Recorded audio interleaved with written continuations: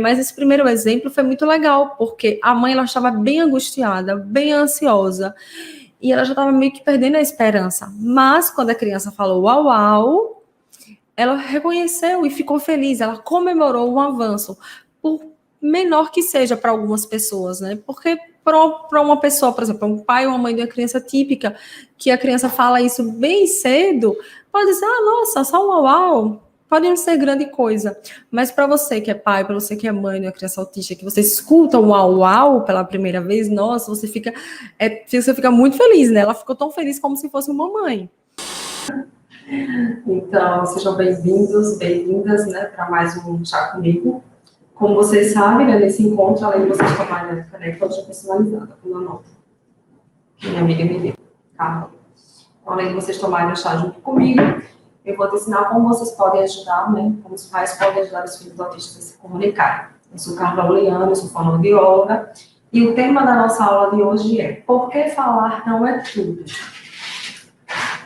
Aconteceu alguma coisa? Vamos ajustar a câmera, né? O que a gente está ajustando agora com a televisão para ficar melhor. Bom, então, o tema do nosso encontro de hoje é por que falar não é tudo? É uma pergunta bem recorrente, inclusive, né, que eu recebo. Que muitos pais, provavelmente, eu acredito que, porque não são da área, às vezes é o primeiro filho. É uma coisa que eu também falei nas lives anteriores, né? Que quando a gente tem um filho, né, que a gente engravida e tudo mais, a gente faz aquele chá revelação, chá de fralda e tudo mais. E muitas vezes, na verdade, na maioria das vezes, os pais acabam esquecendo de algo que é bem importante, que é estudar, nem que seja um pouco sobre desenvolvimento infantil, né? Sobre a parte de aquisição da linguagem, a parte de desenvolvimento motor, e todas as outras habilidades também. Não estou dizendo aqui que é para se tornar um especialista, né, na área, mas você lê para você poder entender o que é esperado para cada idade. O que eu observo muito é que os pais vão muito por comparação. Por exemplo, eu sou a primeira filha, tenho 31, minha irmã já tem 25. Eu sempre erro a idade dela, acho que ela tem 26, mas tudo bem. Então, minha mãe, quando eu nasci, aquela coisa, primeira filha, era bem inexperiente e tudo mais. Já quando a minha irmã chegou, ela já tinha meio que um parâmetro, digamos assim, do que era esperado, né, para a questão do falar, do andar e tudo mais. E às vezes acaba comparando com outras pessoas da família também. Então, muitos pais, por não terem estudado isso, que não estou aqui para julgar, porque muitos não são da área, não é verdade? Então, acabam ficando perdidos e achando que se comunicar se resume apenas ao ato de falar. E ficam realmente bem angustiados. E é por isso que eu trouxe esse tema hoje, porque a comunicação ela é muito ampla. Quem me acompanha há mais tempo já sabe que eu bato muito nessa tecla, que a comunicação ela é muito ampla, ela envolve tanto a parte, né, do falar, né, como vocês costumam falar, foi ótimo, né? Tanto a parte verbal como não verbal. Ou seja, a gente se comunica de N maneiras. Pense no bebê. O bebê, principalmente lá por volta de 5, 6 meses, quando ele começa a soltar os sonzinhos, ele não está conversando ainda com o adulto, ele não está dialogando, mas tem o troca de olhar, ele já reconhece a voz das pessoas mais próximas, né, geralmente a mãe, o pai. Quando você brinca com ele, ele sorri, ele fica soltando os sonzinhos, e você, né, enquanto interlocutor, vai dar um sentido para esses sons, entende? Então, ele ainda não está falando, mas ele está se comunicando. Ah, meu áudio está ruim? Muito. Eita. Você esqueceu de colocar um negócio? Que tem que ajustar, né? Desculpa, pessoal. Pronto. Agora tá ótimo, né? Pronto.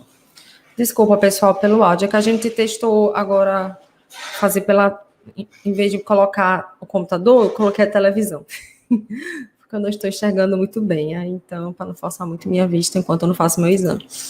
Bom, então é isso. Então, o bebê ele ainda não fala, como eu estou falando aqui com vocês, mas ele está se comunicando. certo? Porque a comunicação, como eu falei, é bem mais ampla. E a comunicação, ela envolve justamente o fato de você querer passar uma mensagem para o outro. Então, o bebê, ele pode não falar, ai, mamãe, eu estou achando muito divertida essa brincadeira, mas ele está olhando, ele está sorrindo, ele está sendo responsivo, ele está respondendo à sua interação. Então, isso é uma forma de comunicação não verbal.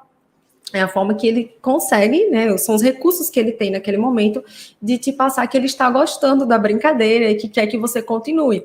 Aquela brincadeira, né, clássica que a gente faz besourinho na barriga do bebê, né? E muitos caem na gargalhada.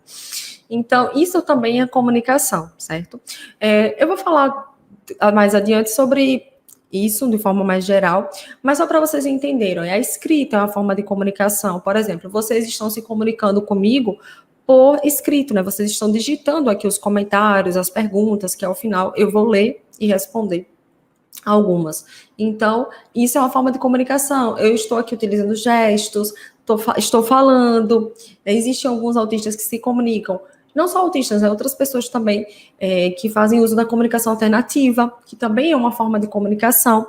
Existem várias formas de se comunicar, tá bom? Só para vocês terem isso bem claro. E o que não seria, então, o ideal, né? Que eu observo que muitas vezes é o que acontece. Por isso que eu estou trazendo esse tema. É focar somente na fala, né? Você focar todas as suas energias somente na fala, né? Porque a fala, como eu falei anteriormente, não é a única forma de você se comunicar. Né? Então, você acaba focando somente em uma e você não ensina outras formas para que a criança se comunique. Eu sempre gosto de deixar isso claro, que eu sempre trago exemplos de crianças até 10, 11 anos, porque a minha experiência clínica sempre foi com crianças. Eu comecei a atender autistas adultos em fevereiro deste ano, então realmente tem pouco tempo. Estou gostando muito, estou aprendendo, mas realmente a minha experiência maior ainda é com crianças. Por isso que eu sempre falo de crianças, tá bom?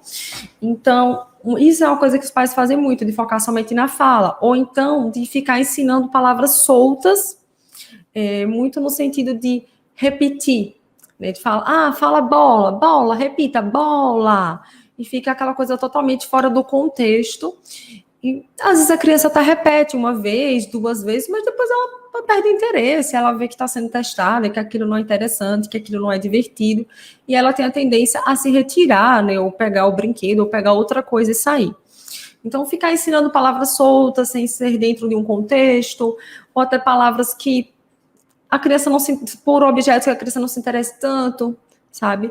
A comunicação, ela, para que a gente se comunique com outra pessoa, a gente precisa ter uma mensagem, né? A gente precisa ter algo para passar, alguma informação, ou até colher, né, alguma informação, fazer alguma pergunta no diálogo, mas a gente também precisa ter interesse no nosso parceiro comunicativo, né? Tipo, a gente não conversa com todas as pessoas. Tem aquelas pessoas que a gente gosta mais de conversar. E mais adiante eu vou falar sobre isso, que é justamente você respeitar e descobrir quais são os interesses do seu filho para que você utilize isso para conversar com ele, para que ele fique mais motivado. Né? Porque já que ele tem dificuldade, seria interessante a gente começar por aquilo que ele gosta, né? Até vou trazer um exemplo interessante, vocês vão gostar. Então, não fiquem forçando e repetindo várias e várias vezes a mesma palavra fora de um contexto, assim, uma palavra que não faz sentido nenhum para aquela pessoa naquele momento. Não que não seja importante ensinar, mas vai chegar o momento de ensinar aquela palavra, tá bom? Uma outra coisa é começarem a diferenciar quando a fala é com a intenção de se comunicar, ou seja, quando ele começa a utilizar a fala como uma função, seja para fazer uma pergunta, seja para fazer um protesto, não só a fala, os gestos também, não, ou então só empurrar, que isso também é uma forma, tipo, de dizer não quero, né? Teve uma mãe de uma aluna minha que falou que a filha dela fez assim com a mãozinha, tipo, abriu os 5 dedinhos e fez assim, para dizer que não queria algo, porque ela não consegue fazer assim com o dedinho ainda. Mas ela já está fazendo assim e querendo soltar o para dizer não. Então, é importante a gente observar se a criança ela já consegue, se ela já tem essa intenção comunicativa ou não. Porque o que eu observo bastante é o seguinte, alguns pais, certo? Não são todos, por isso que eu gosto sempre de deixar isso claro, chegam para mim e falam assim, mas ele fala tudo. Aí é o certo, né? Vamos ver como é que está essa comunicação, vamos avaliar. E aí, quando eu vou ver, tipo, 90% da fala da criança é ecolalia. Eu não tenho nada contra a ecolalia. Quem me acompanha aqui sabe que eu não sou do tipo de pessoa que ignoro, que abomino, que, enfim. Eu realmente entendo que o autista tem uma dificuldade na comunicação e eu utilizo da ecolalia, trago para um contexto e busco expandir para um diálogo. Primeiro um diálogo mais curto e depois a gente vai aumentando gradativamente. Eu vou falar sobre ecolalia na live, acredito, de quinta-feira. Acredito que seja na quinta, mas depois me confirma se é na quinta mesmo. Mas enfim, eu vou falar da ecolalia. Então, a ecolalia, ela pode sim ter, em algumas situações, ter uma intenção, ser utilizada com a intenção de se comunicar, já outras não. E muitas das vezes os autistas utilizam para se regular, né? É uma função regulatória, né? Autorregulatória. Então, junta com os movimentos repetitivos, né? Os stings, movimento de flapping, por exemplo, balançar de tronco, e eles acabam repetindo falas de desenhos que eles gostam para se acalmar, por exemplo, ou quando estão muito irritados, entediados, ou porque estão frustrados com algo também. Então, é importante a gente diferenciar. Porque você pensa assim, meu filho, ele faz muita ecolalia. Eu vou trazer um exemplo tá, de um ex-paciente meu que é bem interessante. Quando ele chegou para mim, ele estava com 9, certo? Já estava perto de completar 10. E mais de 90% da fala dele era ecolalia tardia, sem intenção de se comunicar. Então, ele utilizava muito a ecolalia para se regular. Então, ele chegava no consultório, às vezes, irritado, porque a mãe não deu o tablet no caminho, no carro, e ele ficava bem estressado. Ele chegava e ficava andando para um lado para o outro, andando para um lado para o outro na sala, fazendo flap e repetindo algumas falas dos desenhos que ele gostava. Ele não estava se dirigindo a mim em nenhum momento, ele não estava olhando para mim, eu não estava mostrando nada para ele, eu ficava realmente na minha, esperava ele se acalmar. Depois que passava um tempo, que ele se acalmava, que ele se aproximava de mim, aí ele falava algumas frases também do desenho, só que já tinha mais uma intenção de se comunicar, porque ele já estava se dirigindo a mim, olhando para mim e tudo mais. E aí eu perguntava, você quer um abraço? E é que ele gostava muito de abraço, né? Aí ele quer abraço. Aí eu, tá bom. Aí eu dava um abraço nele. Aí depois a gente ia brincar. E eu percebia que ele ficava repetindo várias e várias vezes trechos dos desenhos, dos jogos, dos aplicativos que ele baixava no tablet dele. Algumas vezes dentro de um contexto, às vezes não. Mas uma coisa de certeza eu posso afirmar, que mais de 90% das vezes não era com a intenção de se comunicar com o outro, não era com a intenção de se comunicar comigo, com a mãe, com o pai, era realmente movimento, era para ele se regular, ou então ele estava ali brincando sozinho mesmo. Então, o que foi que eu fiz? Eu excluí a ecolalia? Não, eu aproveitei as ecolalias dele para ampliar as habilidades comunicativas e sociais dele. Mas é importante a gente diferenciar, certo? Porque às vezes os pais falam assim, mas ele não precisa de fono, ele já fala muito. Mas a gente precisa ver se essa fala é com uma função de se comunicar com o outro, né? Que é o principal objetivo da comunicação, certo? E assim, eu sempre bato nessa tecla, sou repetitiva, mas é porque é importante, né? Que trabalhar essa comunicação como um todo, você ajuda a criança a se comunicar por meio da fala e por meio de outras formas também, não só a fala. Mas às vezes os pais falam assim, mas se eu for focar na comunicação, então eu preciso excluir a fala. Não, você não precisa excluir a fala, porque a fala ela está dentro da comunicação. Não é uma coisa ou outra, né? Meu marido costuma falar muito isso, né? Não é ou. Você não tem que escolher entre um e outro. Você pode e deve fazer um trabalho em conjunto, porque a fala está dentro da comunicação. Só que aí você não vai focar somente na fala, entende? Não vai colocar toda a sua energia, focar todo o seu resultado somente na fala. Você vai ensinar a parte da comunicação não verbal também. Quando eu trouxer exemplos, vai ficar mais claro. E aí você vai perceber que uma coisa não exclui a outra, muito pelo contrário, faz ajudar. Eu vou trazer aqui 3 exemplos, tá? Em que eu separei. São muitos exemplos, mas eu sempre gosto de trazer 3 também para não ficar pouco e nem muito. A primeira é de uma aluna minha da turma passada, da 10ª turma do PAP, que a filha dela tem 3 anos de idade e ela ainda não fala, né? Ela ainda não se comunica por meio da fala.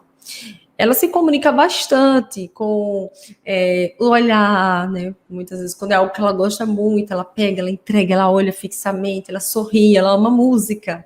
Ela fica super apaixonada e ama dançar, brincar com os instrumentos musicais, ela tem os interesses dela, mas ela ainda não fala, certo? Agora a mãe está trabalhando o apontar e outras habilidades também, comunicação não verbal. Imitação tá ok, ela está imitando bastante, mas enfim. E aí, na semana retrasada, ela falou au au pela primeira vez. E aí a minha aluna ficou muito feliz, ela ficou muito feliz, ela ficou assim, sabe, ufa, ficou aliviada. Porque ela achou que a filha dela, tipo, ela já estava meio que perdendo a esperança, achando que a filha dela não ia falar. E isso aqui que eu falo para vocês, eu falo também para os meus alunos. Ela também é minha cliente de consultoria. Eu sempre converso com ela, eu digo, olha, acalme seu coração, que a gente está focando na comunicação. A gente está focando nas habilidades que vêm antes da fala. Sua filha se comunica com você o tempo inteiro, ela está o tempo inteiro se comunicando. Ela já tem bastante, ela melhorou muito a intenção comunicativa, ela melhorou bastante a imitação. Ela está olhando mais de forma espontânea, sabe, sem precisar você colocar as coisas muito próximo do rosto, ela já está pegando, entregando e olhando para aquilo que é do interesse dela. Ela já está começando a interagir com o irmãozinho pequenininho, entendeu? Então ela está se comunicando com o mundo, ela está conhecendo e você está apresentando o mundo, as coisas, os nomes das coisas para ela também. Mas assim, eu entendo perfeitamente o pai e a mãe que fica angustiado, né, que fica com medo, fica ansioso, com medo da fala não chegar. E aí, quando ela falou au, au, ela ficou muito feliz e, assim, meio que acalmou o coração dela, sabe? E aí eu falei mais uma vez, ó, a gente vai continuar focando no que precisa ser feito. Trabalhar as habilidades, né, comunicativas, pré-linguísticas, as habilidades sociais e comunicativas. E não focar somente na fala. E também, assim, ela mora em outro estado, né? Então eu faço a consultoria online. Ela tem a fono na cidade dela, eu orientei que ela procurasse uma fono, que entrasse com a comunicação alternativa, e assim ela procurou uma fono que tem o curso e vai aplicar o PEX com ela. Então, assim, ela está buscando, ela está no caminho, ela não está focando somente na fala, ela está apresentando à filha dela meios para que ela possa se comunicar. E aí, o segundo exemplo é também de uma aluna minha, ela é, assim, são todas queridas, né? E o filho dela não falava também, e ela ficava bem angustiada com a entrada da comunicação alternativa, né? Porque é uma angústia também muito recorrente dos pais, que ela tinha medo de entrar com a comunicação alternativa e aí ele perdeu o interesse, não queria falar, não queria mais falar. E aí a gente conversou bastante também. Eu expliquei para ela da importância de dar uma voz mesmo, né, para o filho dela, para que ele pudesse se expressar. Ele estava num período bem difícil, assim, foi bem no início da pandemia, ele estava tendo muitas birras, às vezes até crises, porque ele queria se comunicar de alguma forma e ele não conseguia se comunicar, ele ficava muito estressado com isso. Eu sempre digo, né, imagine você querer se comunicar, dizer para o outro que você está sentindo uma dor, que você não quer comer mais aquilo, que você quer assistir tal coisa e você não conseguir. Nossa, eu não consigo nem imaginar, assim, mas com certeza deve ser muito angustiante mesmo. E aí ela acalmou mais o coração dela e ela também entrou com a comunicação alternativa, mas em nenhum momento ela deixou de trabalhar as habilidades pré-linguísticas, que é uma outra coisa que eu sempre digo, não é porque você entrou com a comunicação alternativa que você vai parar de trabalhar imitação, que você vai parar de trabalhar atenção compartilhada, compreensão, linguagem não verbal, não, a gente continua trabalhando tudo isso, até porque a criança precisa ter intenção comunicativa para entregar a imagem do PEX ou para clicar numa imagem no aplicativo para que você entregue aquilo que ela precisa no momento. Então, a gente continua trabalhando as habilidades, né? Lembre, uma coisa não anula a outra, certo? Porque às vezes eu tenho uma percepção, né? Que eu já tenho muito tempo que eu estou aqui na internet, então eu converso com muitos pais assim, e eu vejo que eles falam muito assim, que é como se a comunicação alternativa fosse a última da opção, e que quando a comunicação alternativa entra, é como se para eles assim, acabou, não tem mais o que fazer, é isso mesmo, ele não vai falar, sabe? É como se fosse assim, tipo, ai meu Deus, não tem outra opção, eu tenho que me conformar que meu filho não vai falar, sabe? E aí isso acaba que desmotiva também, sabe? Os pais ficam desmotivados, e aí acaba que para de incentivar, de estimular as outras habilidades, às vezes até mesmo não incentiva o uso da comunicação alternativa em casa, o que é importante que a criança ela generalize, né? Que ela utilize no consultório, na escola, em casa, nos ambientes que ela frequenta. E aí acaba meio que desanimando e deixando de trabalhar essas habilidades pré-linguísticas que são tão importantes, né? Deixa eu tomar meu chá, que senão já esfria. E o terceiro e último exemplo é sobre também uma aluna minha, que a filha dela tem 4 anos, e ela também não fala ainda.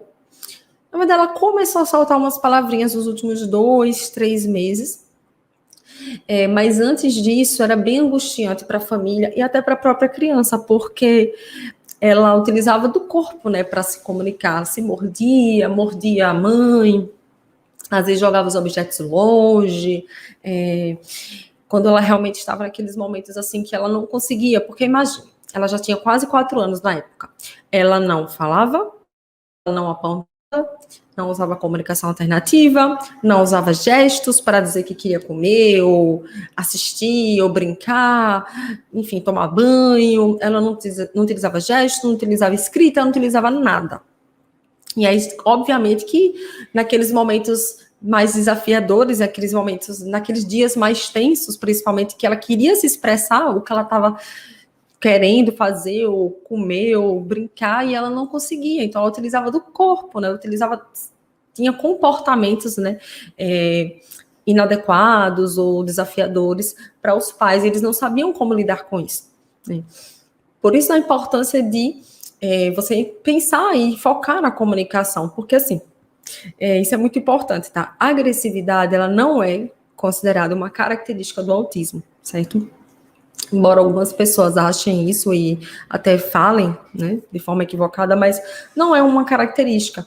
O que acontece é que um dos fatores, né, que esse não é o único, que acabam ocasionando esses momentos de autoagressão, né, da pessoa se agredir ou de agredir outra pessoa, é justamente essa falha na comunicação, essa dificuldade de conseguir se expressar. E quando eu digo dificuldade de conseguir se expressar, até autistas que já conseguem falar, né, que já utilizam da fala como uma das formas, né, que não é única, como uma forma de comunicação, eles também podem ter alguns comportamentos agressivos, porque exige vocabulário emocional de você conseguir falar assim, eu não estou bem, eu estou frustrado, eu quero sair daqui. Então, exige vocabulário emocional, exige autocontrole também, né? De você respirar fundo e saber lidar com a situação naquele momento, para que você não se machuque ou machuque outra pessoa. Então, pode sim acontecer, não é só porque a criança não fala, mas imagine, se eu conheço alguns autistas adultos, né? Principalmente as que eu estou atendendo, que nos momentos de crise elas não conseguem falar. Uma prefere escrever texto, a outra prefere se isolar, se trancar, ficar no escuro, toda enrolada, no cobertor assim mais pesado.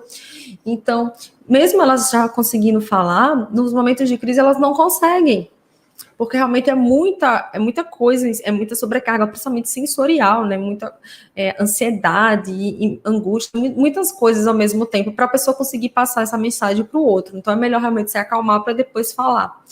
Agora, imagine uma criança que não fala, né? Que não fala ainda, que não consegue passar essa mensagem para o outro. Realmente é bem angustiante. Por isso que eu sempre digo da importância de a gente entrar com a comunicação alternativa, e foi isso que a mãe fez. Também procurou a comunicação alternativa e continua estimulando as habilidades pré-linguísticas. Hoje ela já está apontando bem mais, já está falando algumas palavrinhas de 2 sílabas, já está utilizando mais a comunicação não verbal. A Fono vai começar ainda com o PECS, mas assim, realmente eu percebo que ela já está bem mais tranquila, sabe? Comparado a como estava anteriormente. Então, só alguns exemplos, né, de como a gente precisa ampliar o nosso olhar e redirecionar também o tratamento das nossas crianças, né? Quando a gente foca na comunicação, a gente permite que elas consigam se expandir, né, que elas consigam realmente ampliar essas habilidades comunicativas sociais, e vai ajudar bastante toda a família, não só a criança, né, o adulto também que vai estar ali no dia a dia, que vai conseguir compreendê-la melhor. E aí você deve pensar assim, mas Carla, certo, eu entendi o que você falou, faz sentido, mas eu vou desistir da fala? Não, repito, não precisa desistir da fala. O objetivo dessa aula não é pedir que você desista da fala do seu filho, não, é que você apenas mude o foco, que você comece a olhar com uma outra perspectiva, focar na comunicação e não somente na fala, tá bom? E eu vou falar aqui alguns erros, certo, que eu observo que os pais cometem na hora de estimular a criança, principalmente, né, na hora de ajudar o filho ou a filha a se comunicar. Esse primeiro erro, como eu falei, né, quando você foca demais na fala, você acaba colocando uma pressão muito grande na criança, por mais que você não perceba, mas você fica mais ansioso, fica mais ansiosa, e aí entra naquela coisa do repetir, né? Vamos repetir, que fala bola, bola, e fica pedindo para a criança repetir várias vezes. Ou até mesmo na brincadeira, a criança fala bola. Ah, que legal, você falou bola, fala de novo. E fica pedindo para repetir várias e várias vezes, sendo que não faz sentido nenhum, sendo que a criança já falou, você já entendeu, a mensagem já foi passada, você já entregou a bola para ela. Então não faz sentido você ficar repetindo 10 vezes a mesma coisa. Uma outra coisa também que eu observo muito que vocês cometem, né? A criança está lá e você começa a testar. Pedir para a criança fazer alguma coisa, executar algum comando, sabe? Por exemplo, eu nunca esqueço, teve um pai que falou assim para mim, eu peço para ele apagar a luz e depois eu peço para ele acender. E aí, depois de um tempo, eu peço para ele apagar e peço para ele acender. E aí eu falei para ele, mas qual o sentido de você fazer isso? Porque eu quero saber se ele compreende. Eu disse, entendi, seu objetivo. Você quer entender se o seu filho te compreende? Ótimo. Mas por que você fica pedindo, assim, totalmente de forma aleatória e na mesma hora que ele apaga, você pede para acender e vice-versa? Por que você não faz assim? Você apaga todas as luzes e aí você vai lá e pede para ele acender as luzes, porque, enfim, porque vocês vão precisar acender, ou porque vocês chegaram em casa e estava tudo escuro, ou então você pede para ele apagar. Eu sigo muito, e quem me acompanha sabe que eu sigo muito o contexto. As coisas, elas precisam ter contextos. Coisas soltas não quer dizer que a criança não aprende. Ela aprende, mas da forma como eu trabalho, a linha que eu sigo, não faz muito sentido, sabe? Você precisa realmente mostrar o porquê daquilo. Falou o nome do objeto, mostre a função daquele objeto. Isso é muito importante. Tem criança que sabe que isso aqui é uma caneca, mas não sabe para que serve a caneca. Então não adianta, você precisa explicar, certo? Isso aqui é uma caneca, serve para você beber, colocar um café, um chá. Então você precisa mostrar para que serve o objeto. Não só o objeto, né? No geral, porque eu falei caneca para o que está aqui debaixo dos meus olhos. Então isso é muito importante. Então, naquela pressão muito grande, você acaba se cobrando muito, cobrando a criança, e acaba que fica todo mundo ansioso e frustrado, e às vezes até irritado, cansado, né? E também eu percebo que quando você foca somente na fala, você não percebe os avanços. Por exemplo, quando eu contei o primeiro exemplo, eu não falei os nomes porque essas minhas alunas não deram entrevistas ainda. Quando elas dão entrevistas para mim, aí elas já falaram abertamente, né, ao vivo para vocês, então eu cito nomes. Por enquanto eu não cito nomes, não. Mas esse primeiro exemplo foi muito legal, porque a mãe ela estava bem angustiada, bem ansiosa, e ela já estava meio que perdendo a esperança. Mas quando a criança falou uau, uau, ela reconheceu e ficou feliz, ela comemorou um avanço, por menor que seja para algumas pessoas, né? Porque para uma pessoa, por exemplo, um pai ou uma mãe de uma criança típica, que a criança fala isso bem cedo, pode dizer, nossa, só um uau, uau, pode não ser grande coisa. Mas para você que é pai, para você que é mãe de uma criança autista, que você escuta um uau, uau pela primeira vez, nossa, você fica muito feliz, né? Ela ficou tão feliz como se fosse uma mãe. Então, assim, você começa a visualizar mais os avanços, né? Quando você foca na comunicação. Eu sempre digo para os meus alunos que é você comemorar as pequenas, grandes vitórias. Então, você fazer daquela pequena vitória uma grande. Então, todas merecem ser comemoradas, desde as pequenas até as que são consideradas grandes, digamos assim. Porque aí você aprende a valorizar o processo, né? E não colocar toda a sua energia lá no resultado final, que seria a fala, certo? Um outro erro também que eu observo que vocês cometem é o de pular as etapas. Como assim? Quando vocês focam muito na fala e ficam naquela busca desenfreada pela fala, muitas vezes vocês acabam exigindo coisas além. Vou dar um exemplo. A criança começou a balbuciar, certo? Uma criança considerada típica, né? Como falam típico, né? A criança começa a balbuciar ali por volta de 5, 6 meses. Aí o seu filho, autista, começou a balbuciar por volta de 2 anos e pouco. Começou lá o papapá, mamamamamamamã, começou a brincar com sons, mas ainda não com uma intenção de se comunicar. O papai ainda não é o papai, o mamãe ainda não é o mamãe. E aí o que acontece muitas vezes é que os pais podem pensar, nossa, mas isso aí não é fala, isso aí não é comunicação, isso aí não é para me chamar, não tem intenção comunicativa, e acaba meio que subestimando. Como também acontece da criança começar a falar algumas palavras, digamos que a criança começou a falar ali por volta de 2, 3 anos de idade, e ela começa a falar algumas palavras soltas, né?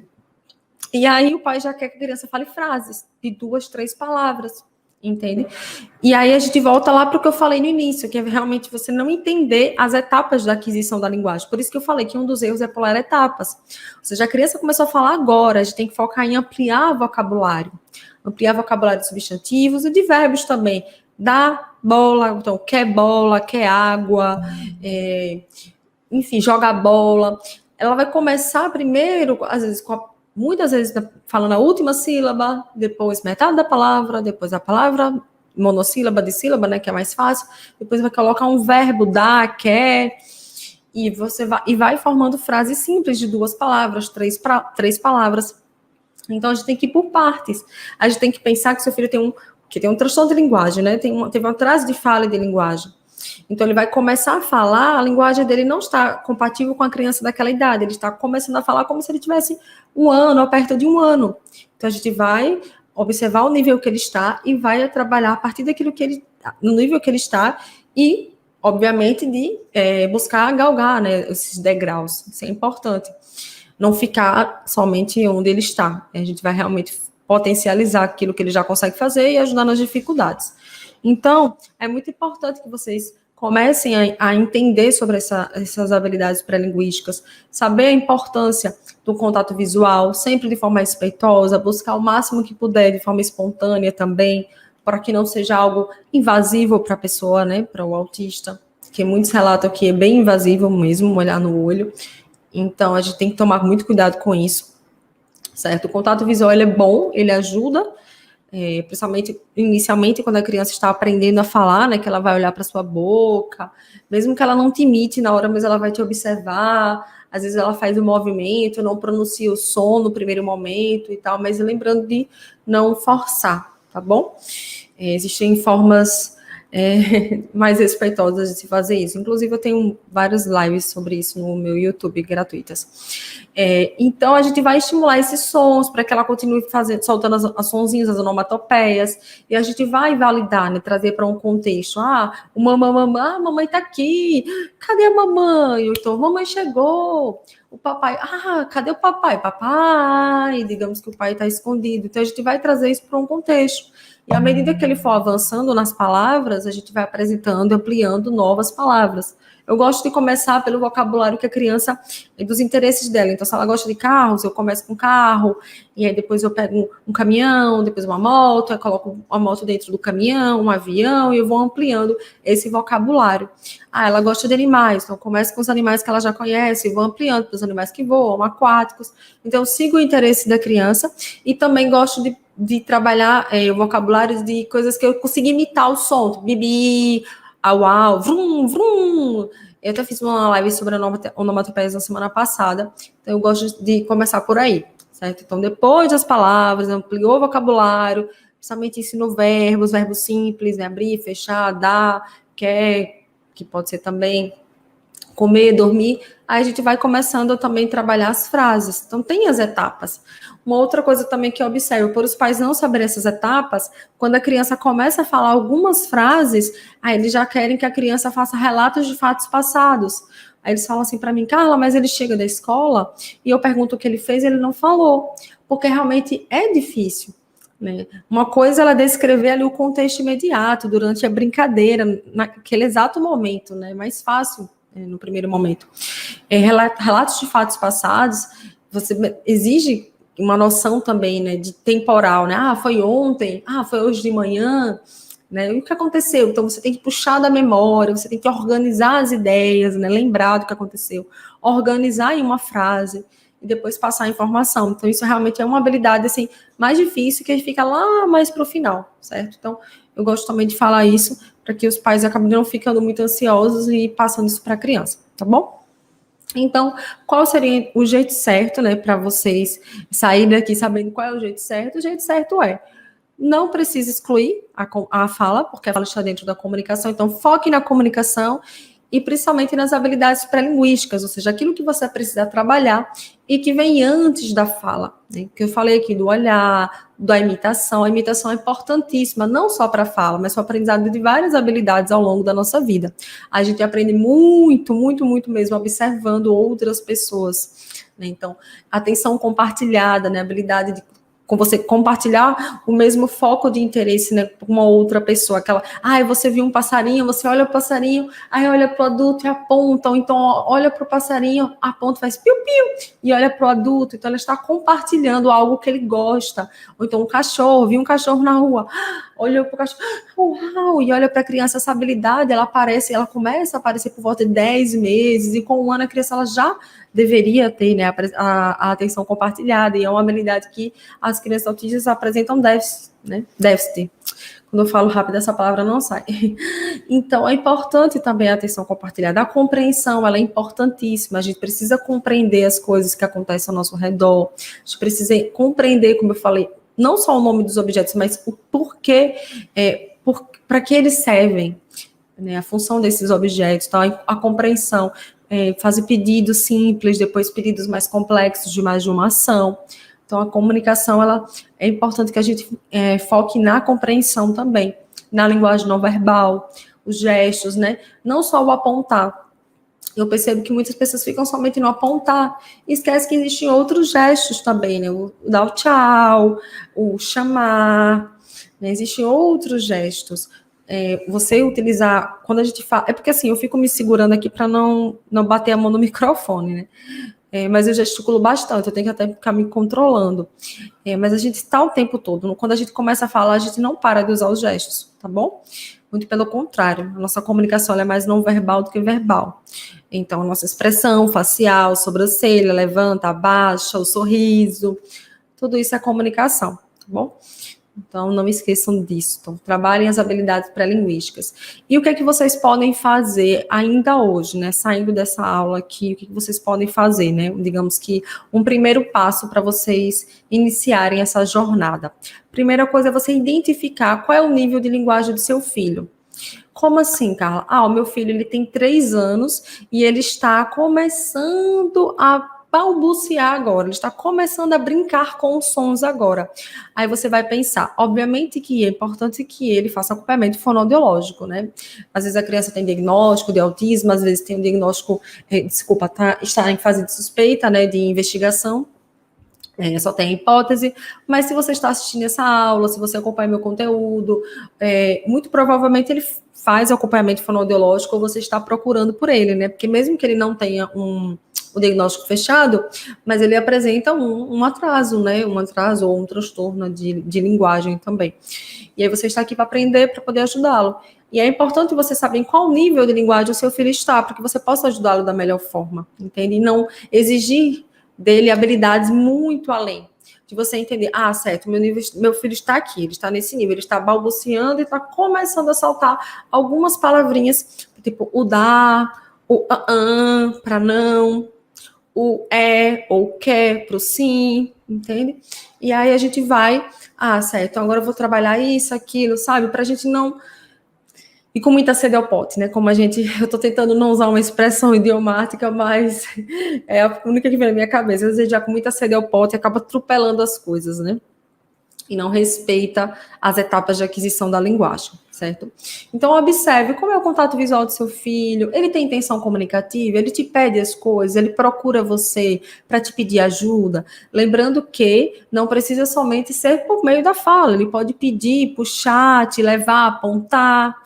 Se ele estiver brincando e um brinquedo saiu de um lugar, ele te entregar.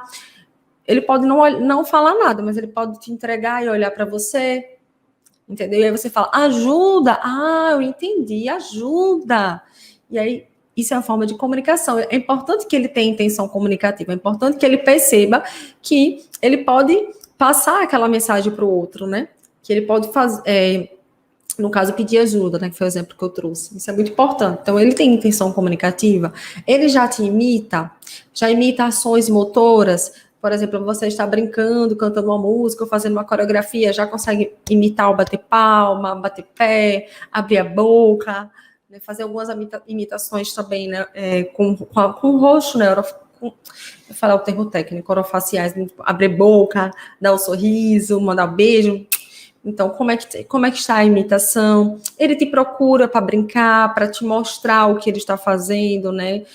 Se ele vê alguma coisa que ele acha legal no livro, ele te mostra, ele olha para você, ele olha para o livro e aponta e olha para você. É importante que tenha essa troca de olhares, né? Ele olha para o objeto, olha para o adulto, né? Ou para a criança e olha de volta para o objeto, porque ele quer compartilhar, né? Por isso que é a atenção compartilhada, ele quer compartilhar o foco dele de interesse com uma outra pessoa. Então, tudo isso é importante e vai te guiar nesse processo, né? Para que você não pule etapas, que você respeite o nível que seu filho está, certo? E trabalhe as dificuldades dele, potencializa as habilidades. Uma vez me perguntaram lá no Instagram como eu fazia para lidar com a pessoa autista.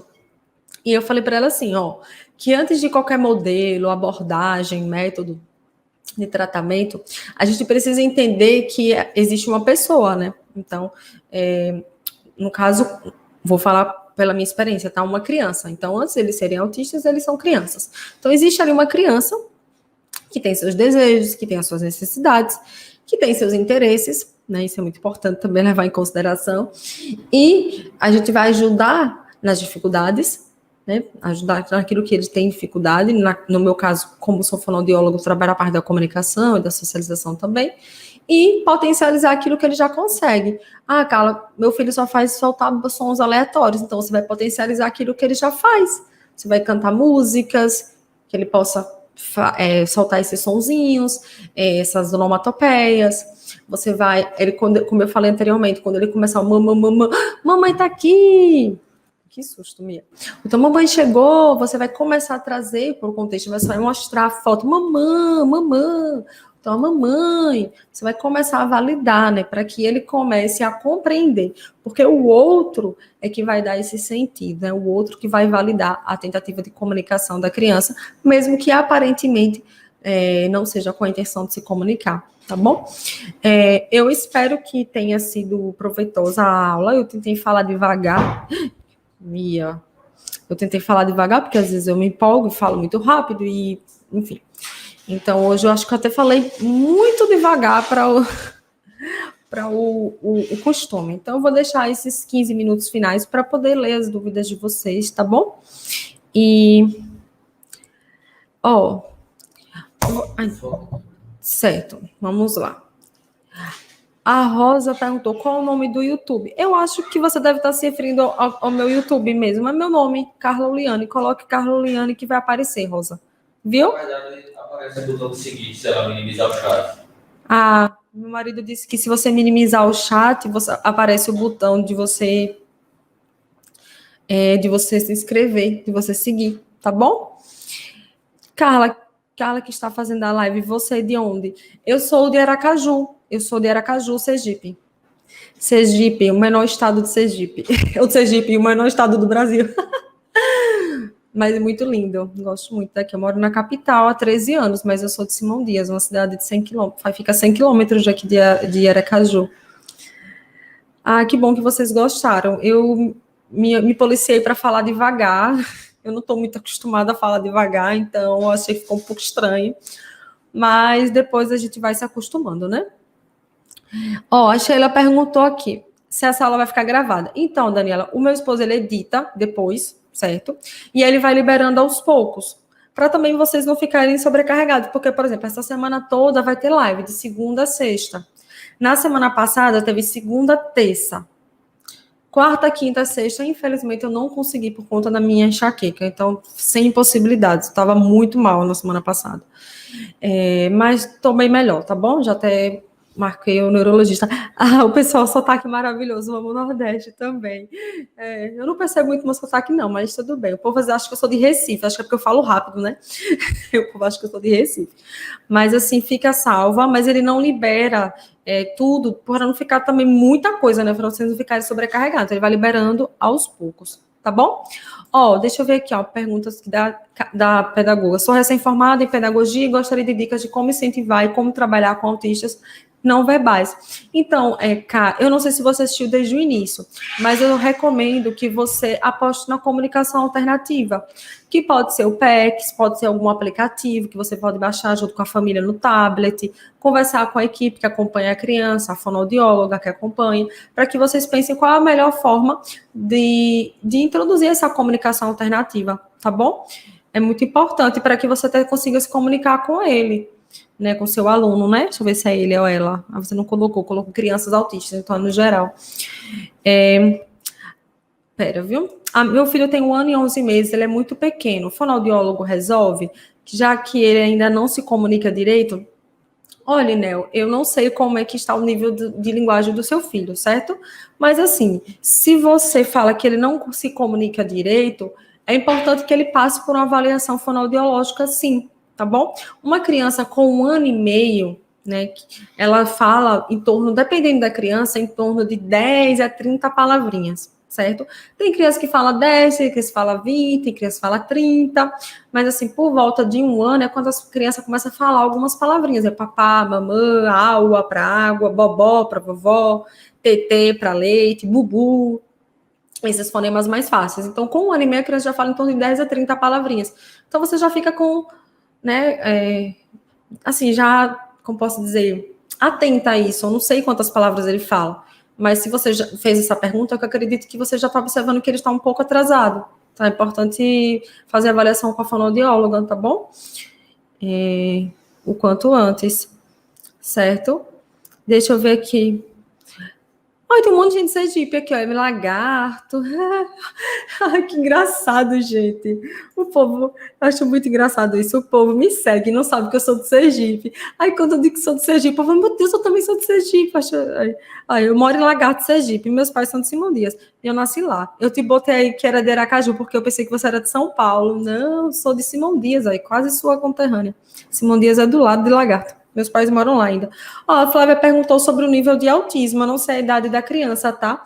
Mas o nível, ele está relacionado com o nível de suporte, né? O quanto de necessidade de suporte que o autista precisa. Então, por exemplo, eu atendo 2 autistas adultas, né? Que são nível 2 de suporte. Elas precisam de ajuda. Tipo de suporte visual, principalmente para as rotinas do dia a dia, né? Tipo, tomar banho, de fazer essas tarefas de casa, né? De ajeitar as coisas dentro de casa, de se organizar na faculdade. Elas precisam de suporte pedagógico, né? Uma já se formou, outra ainda está estudando, então precisa de muito suporte às adaptações na faculdade, de trabalhos, de tudo.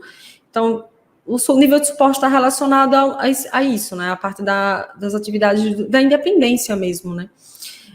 Porque é muito complicado esse assunto, porque se fosse falar, eu acho que é um tema para uma live inteira. Mas, assim, eu tenho um podcast que eu fiz com meu esposo chamado Os Mitos dos Graus de Autismo, né, Wesley, o nome? A gente falou isso de mitos justamente porque algumas pessoas às vezes confundem muito isso de suporte, porque acham assim, de nível, quer dizer, porque acham que a pessoa que é leve é menos autista. E a pessoa que é nível 3, né, o que é considerado severo, seria mais autista, quando na verdade todos são autistas, só que é um espectro. Então, os níveis de suporte, eles variam. Então, eu conheço autistas adultos que eles precisam de muito suporte em algumas áreas e outros eles precisam menos, entende? Então, um autista nunca é igual ao outro, nunca vai ser, né? Então, é importante a gente ter isso em mente, certo? E aí fazer avaliação com a equipe também. E também uma coisa importante, né? Porque é muita coisa importante para falar sobre nível de suporte. Crianças muito pequenas, é muito complicado você fechar, dizer, ela é nível 1, ela é nível 2, porque uma criança pequena de 2 anos de idade, ela ainda é bem dependente do outro, né, do adulto, ela não consegue realizar atividades, tomar banho sozinha, comer sozinha sem precisar do outro para nada. Então, é bem complicado quando a pessoa dá um nível de suporte já muito cedo, né? Que isso pode mudar com o tempo. Gente, é muito comentário. A Cíntia, deixa essa live sair pro meu esposo ver depois. Ele não pode ver agora essas explicações, certo? Meu marido vai editar e vai postar depois, tá bom? Vai demorar um pouco, é? Porque tem a live passada, que daí. Entendi. É porque ele vai editar e vai postar aos poucos. Aí, como teve as lives da semana passada, né? Foram 2, segunda e terça. Vem a Tem minha. as outras também, tem muita na fila. Mas a gente vai liberar, não se preocupe não. A gente vai liberar. Eu só não sei quando, porque, como eu falei, ele vai liberando por semana, né? Ó. A Elane colocou aqui, ó, o que fazer nos momentos de muitos gritos? Eu percebi que muitas crianças, assim, adolescentes também, começaram a gritar muito, né, nesse período de isolamento, fazer muitos movimentos, né, repetitivos, os stints, e gritar muito também. Isso pode ser vários motivos, sabe? Mas eu acredito que o principal é você identificar o porquê disso, né? O que aconteceu? Porque ele se frustrou com algo, porque você disse não para ele, para algo que ele gostava muito, ou então porque ele quer sair de casa e não pode. Enfim, pode ser N motivos. É importante você entender qual foi o gatilho, né? O que foi que aconteceu que desencadeou isso. Dificilmente é do nada. Até se for grito de felicidade, ele está gritando de felicidade porque ele viu um desenho que ele gosta, porque aconteceu algo. Enfim. Mas aí, mais uma vez, a importância, Elaine, da gente focar na comunicação. Como assim? Você apresentar para essa criança, que eu não sei a idade, outras formas de se comunicar e de validar, por exemplo, ela está gritando, você fala baixo, ou seja, você dá um modelo para ela, né? Porque também não adianta você, por exemplo, tem esse livro aqui, ó, esse livro é bem legal, O Cérebro da Criança, deixa eu mostrar aqui. Nesse livro, o autor, né, que é o pelo para todo lado, que é o neurocientista, o Daniel Siegel, ele fala sobre o cérebro na palma da mão, né? Que é justamente quando a gente está estressado, que a gente encontra uma outra pessoa, né? Por neurônio espelho, acaba que os dois acabam ficando estressados juntos, né? Por isso a importância da gente oferecer sempre um modelo de calma para a criança. Se a criança está gritando muito, você respirar fundo, eu sei que não é fácil, tá? Você respirar fundo e buscar tecer um modelo de calma para a criança. E aí você fala assim, ó, respira, é uma forma, tá? Você começar a respirar, dar um modelo, certo? Dar um modelo para a criança de respirar, certo? Isso depende muito de cada paciente. Por exemplo, tem paciente meu que gosta de números. Então, eles começam a contar com os dedinhos, sabe? Quando eles estão muito, assim, quando eles estão muito entediados e frustrados, né, com alguma coisa. Vem, a Mia está se comunicando aqui. Mia é surda, aí ela mia muito alto, por isso que o nome dela é Mia. Aí, lá vai ela. Então, assim, a gente precisa mostrar uma outra forma, né? E entender que a forma que ele consegue se comunicar naquele momento é por meio do grito. Só que não é a forma mais aceitável, certo? Só que, ao mesmo tempo, tem um outro ponto, Elaine, que é bem interessante.